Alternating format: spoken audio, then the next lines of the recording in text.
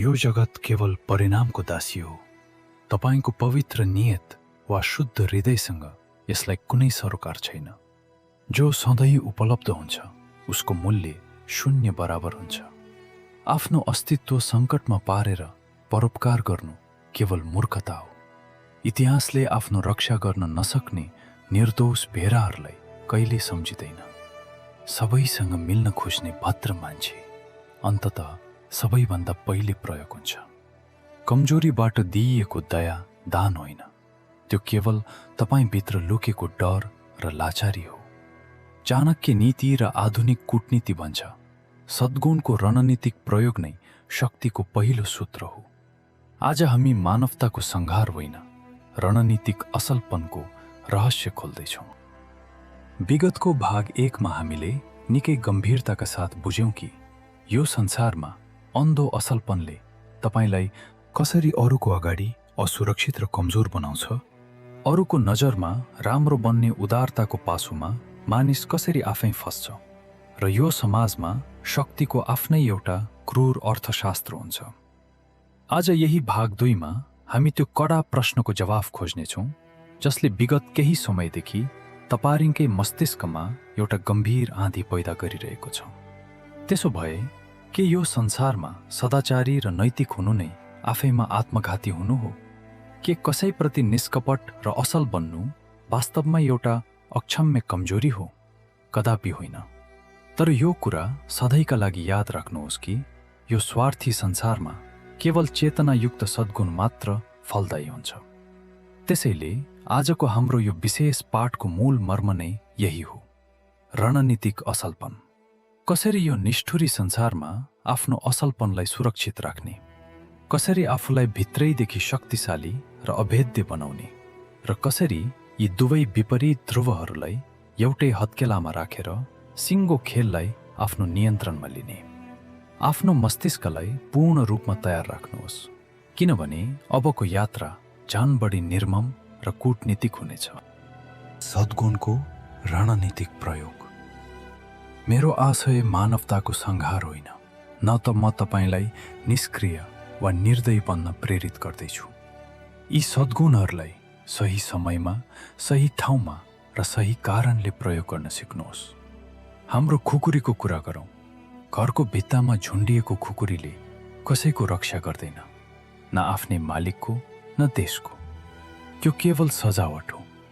तर एउटा गोर्खा सैनिकको म्यानबाट निस्केको खुकुरी, त्यसले इतिहास बदलेको छ, त्यसले साम्राज्यहरू थर्काएको छ। फरक खुकुरीमा छैन, फरक हातमा छ, फरक समयमा छ, फरक उद्देश्यमा छ।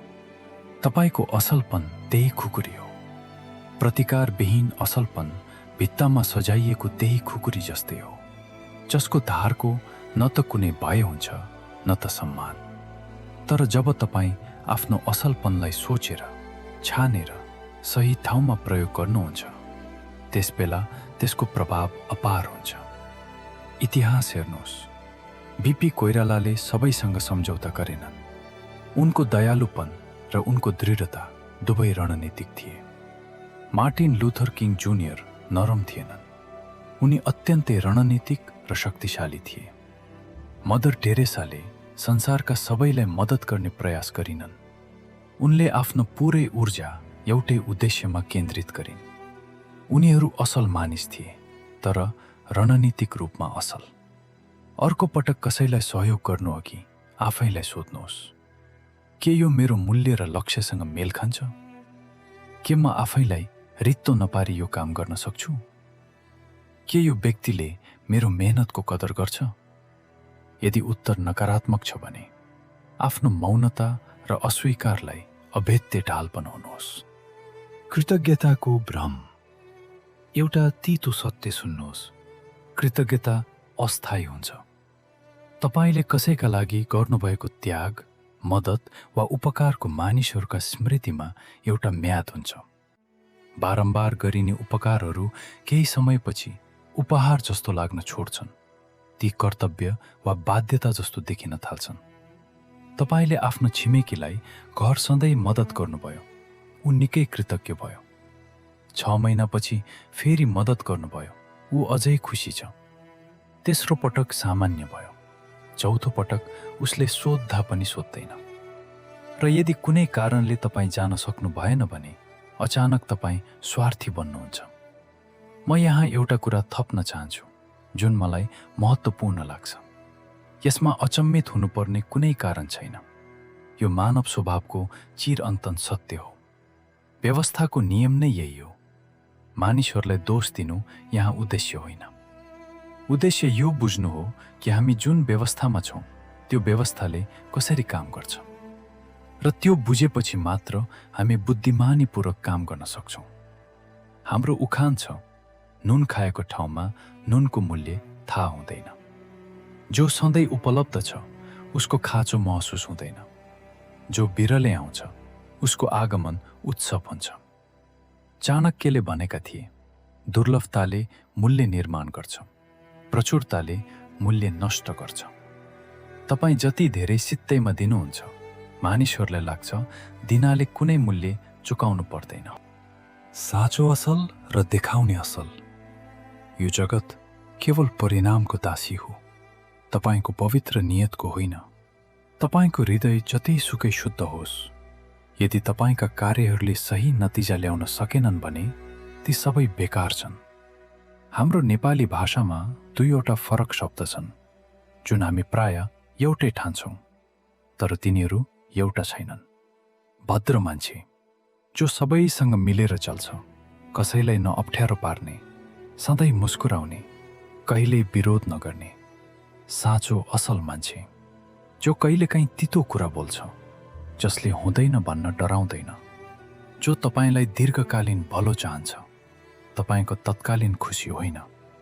भद्र मान्छे द्वन्द्वबाट भाग्छ। साँचो असल मान्छे द्वन्द्वको समाधान खोज्छ।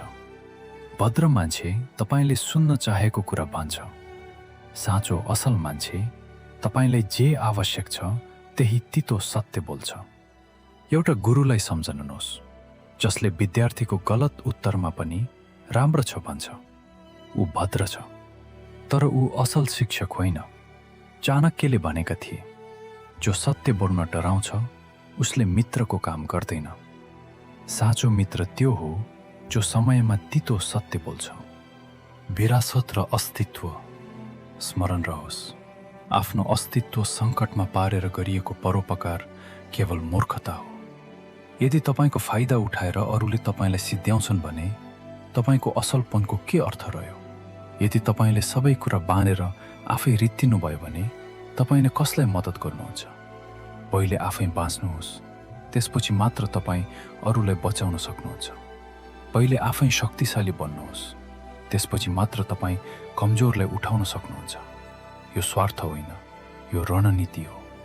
म यहाँ एउटा अन्तिम कुरा भन्न चाहन्छु जुन मेरो आफ्नै विश्वास हो। शक्ति र असलपन विरोधाभासी होइनन्। इतिहासका सबैभन्दा प्रभावशाली मान्छेहरू जो साँच्चै स्मरणीय छन्, उनीहरूमा दुवै थियो। शक्ति थियो, दया पनि थियो। दृढता थियो, करुणा पनि थियो। तर क्रम महत्त्वपूर्ण हो। पहिले शक्ति, त्यसपछि दया। नभने कमजोरीबाट दिइएको दया दान होइन, त्यो डर हो। यो भिडियो छोड्नुभन्दा ठिक अगाडि आफ्नो अन्तरात्मा साक्षी राखेर एउटा कडा निर्णय लिनुहोस्। के तपाईँ अझै पनि त्यही पुरानै आत्मघाती मार्गमा, बिना कुनै व्यक्तिगत सीमा र बिना कुनै रणनीतिक चेतना कमजोर भएर बाँच्न चाहनुहुन्छ, जसले तपाईँको अस्तित्वलाई ढिलो वा चाँडो पूर्ण रूपमा बर्बाद पार्नेछ? वा तपाईँ आजैदेखि एउटा नयाँ र शक्तिशाली मार्गमा हिँड्न चाहनुहुन्छ, जहाँ तपाईँ भित्रैदेखि शक्तिशाली, प्रभावकारी र पूर्ण रूपमा रणनीतिक रूपमा असल बन्न सक्नुहोस्? छनौट सधैँ चाहिँ आज पनि तपाईँकै हातमा छ, र अब तपाईँसँग यो स्वार्थी भिडमा बुद्धिमानीपूर्वक सही छनौट गर्ने त्यो गुप्त ज्ञान पनि उपलब्ध छ। यदि आजको यो विशेष भिडियोले तपाईँको चेतनाको आँखा खोलेको छ भने यसलाई लाइक गर्नुहोला र जीवनका यस्तै नग्न सत्यहरूलाई समयमै बुझ्नका लागि हाम्रो यो च्यानललाई अहिले नै सब्स्क्राइब गर्नुहोला। याद राख्नुहोस्, बासुहरूले भरिएको यो निष्ठुरी संसारमा कहिले पनि एउटा निर्दोष र लाचार भेडा बन्ने भूल नगर्नुहोस्। बरु आफैमा एउटा यस्तो चतुर गोठाले बन्नुहोस् जसले आफ्नो र आफ्ना मानिसहरूको रक्षा कुनै लाचारी वा कमजोरीले होइन, बरु आफ्नो उच्च विवेक, कठोर रणनीति र अभेद्य शक्तिले गर्छ। आफ्नो अमूल्य समय दिएर हेरिदिनु भएकोमा धन्यवाद। म शक्तिको अर्को नयाँ अध्यायका साथ तपाईलाई अर्को भिडियोमा भेट्नेछु। सचेत रहनुहोस्, शक्तिशाली बन्नुहोस्।